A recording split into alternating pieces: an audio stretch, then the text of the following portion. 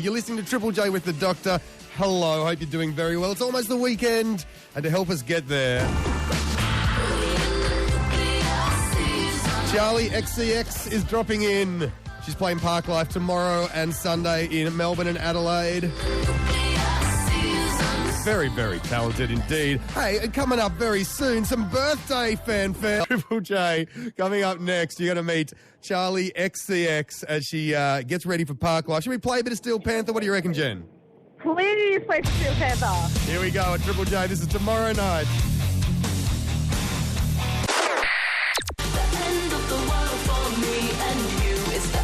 And on Triple J, in the studio, Charli XCX, who's in Australia for Parklife. Hello. Hello. How has been your first trip to Australia? It's been crazy. It's been so crazy. Like, I've never been here before. I didn't know what to expect, but what I've learned is that everybody is definitely crazy party animals. And I've fully embraced that. Really? So, yeah, so I'm feeling a bit worse for wear this morning. You've still got 2 Parklifes left. You don't want to peak too soon. I know. But I feel like I'm plateauing at the moment. So I think I'm going to be like steady until I get on the flight back home, and then I'll just drop. Crash. Have some horrible emotional breakdown somewhere definitely. Over Siberia. I think you go over Siberia on the way back to England. I think you do. Yeah, definitely. That's what will happen. Good. Did you go to that midlife party the halfway through? I did. It was very fun. Lots of embarrassing things who embarrassed happened. themselves? Yeah, Who? Come on. Yeah, definitely. One of the Rizzle kicks licked my face, which was kind of disgusting. But it was... That was hours after they beat us in soccer Oh, as yeah, well. of course. Yeah, everyone was really happy about that. Of course. Well, it's the first time Parklife has won, so that's fair enough. What about, are you hanging out with the St. Lucia people? Because they've remixed your tunes. Yes. I love St. Lucia. We actually toured together in the States. And I play after them every show. So, it's really cool. It's kind of like having the crew back together, which is really cool, you know. And I think that the music they make is brilliant. So, it's nice being with them. You have done these cool tours, like with Santigold and with Coldplay, whom I believe you discussed pony sex with. Oh, yeah. Well, okay, so, you know what? Actually, loads of really embarrassing things happened between me and Chris Martin on that tour, which basically just involved me and making a fool of myself the whole time. But, on the last show, I went in to just say thanks and bye. And I'm, obsessed with My Little Ponies. And I took in my lucky pony, and I was like... Oh, yeah, thanks for having us. I mean, here, you should have my lucky pony. And then they were like, oh, no, really? You should have it. It's yours. I was like, trust me, you need it. They're Coldplay. Of course they don't need luck. They need luck. And so then the conversation kind of evolved into pony sex. And there's this photo that's been taken of us, which just looks really we're all just so awkward, staring at each other. It's a horrendous photo. If you get to a point in pony sex discussions, it will get awkward. I'm pretty sure. Exactly. I'm talking to Charli XCX on Triple J. 2 Parklifes left. All of that under your belt already, and you are 20 years old. Yes. Let's keep that in mind. We're going to listen to this tune. This is Nuclear Seasons on Triple J.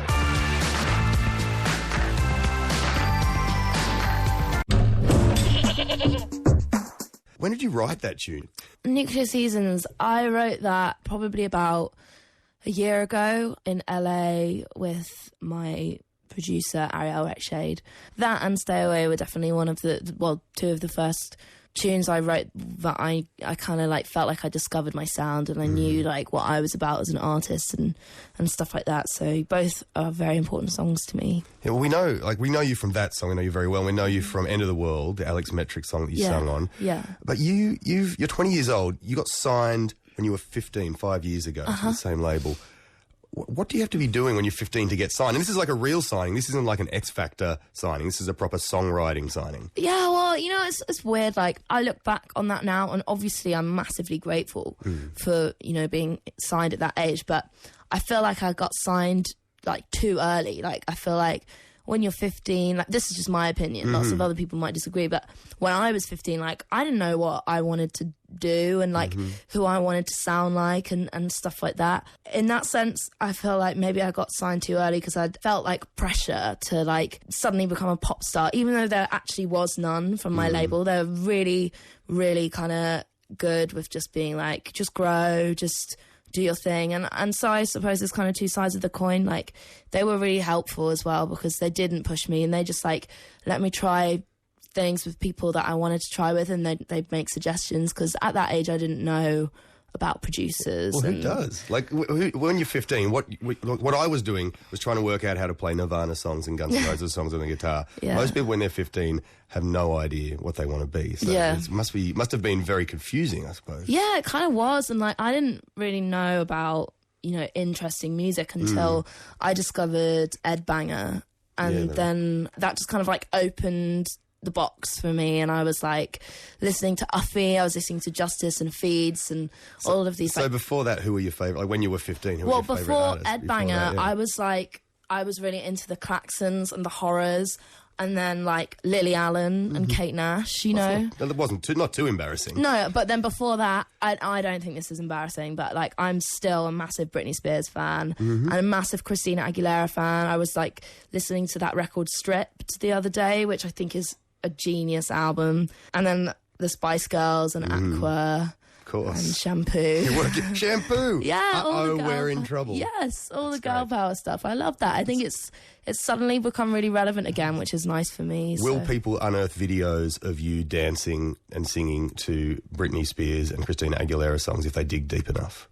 I think there's a high possibility. Which is cool because the dancing you do in your videos and on stage at Parklife is amazing. So thank you. Practiced. I like that you call it dancing because most people don't call it that. What do they call it? Like sort of gymnastics? Freak out. Rude things they call it. I don't know, but I'm thankful that you think it's dancing. That's nice. That's it. I mean, it's a very wide and expressive is what I'd say. Exactly. Charli XCX is in the studio. 2 Parklifes left tomorrow and Sunday in Adelaide and Melbourne. In America, you had music put out by Neon Gold, which is Lizzie from Miss Mister's label. I actually didn't get music put out by Neon Gold, but I've just ended up really randomly staying in their house. That's even better. Yeah. And because I saw you on their blog. Yeah. They've really been cool with me. They've really like pushed me out, and I'm not with their label. In the US, I'm actually with I Am Sound. But yeah, no, I ended up staying with my band at Derek from Neon Gold's house, and it's weird, like I was actually a massive fan of Miss Mister for ages, and so was everyone. Yeah. But no one knew it was Lizzie. That's right, that was quite a bit mysterious for a bit. Which I think is great because everyone thought they were amazing, you know, like without the whole connection anyway. And she doesn't need that. They could have come from anywhere and they'd still be amazing. I think her voice is great. It is. It's almost like she sort of discovered that voice and then went, stuff it on. I'm going to start singing as well. Completely. Yeah, she's coming out next year, or Miss Mystery coming out next year. But it's I guess that kind of thing at the moment, that dark pop tunes that people all over the world are really loving. And that's, I guess, something that you've tapped into as well. Yeah, I guess, I don't know, like pop music's taking a much more like real turn at the moment. You don't have to sing about being in a club and, you know, getting drunk and stuff like that. I feel like you can really sing about like real emotional things now in pop music that's being accepted. And, you know, people like Pitchfork and Gorilla vs. Bear and other kind of like trendy bloggers are beginning to accept pop music more and not be like ashamed to like it. And people that you've toured with, like Santi White, who also does an amazing range of dark pop songs as well. Yeah. I mean, that second record is actually really emotional and especially live. It's really, you know, it was really cool to watch that. All right, well, you, as I said, 2 shows left.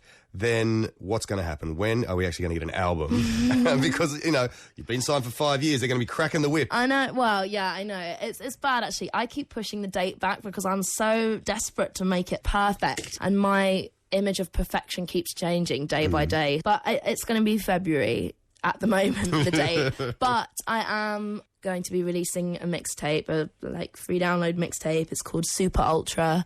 And that's going to be out probably at the end of October. Another original mixtape? Yeah, and that's got some really cool collaborations, like Brooke Candy, this really great rapper from LA. She was in the latest Grimes video, and she's just like a born superstar. She's going to be awesome. Did I see that you were recording while you're in Australia?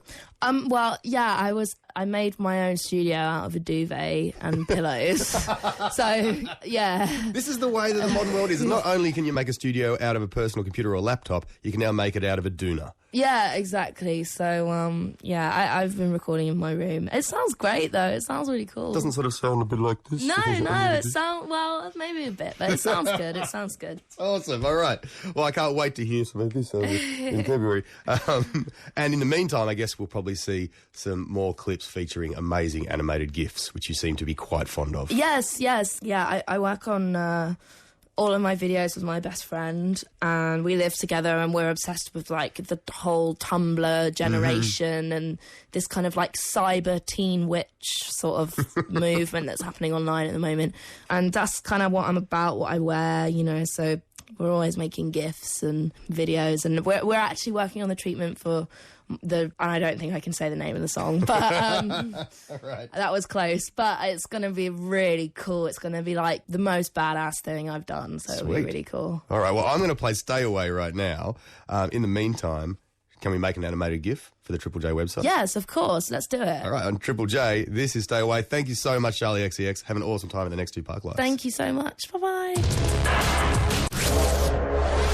A very happy birthday, to Triple J Unearthed Digital Radio, which is 1 year old, and to James.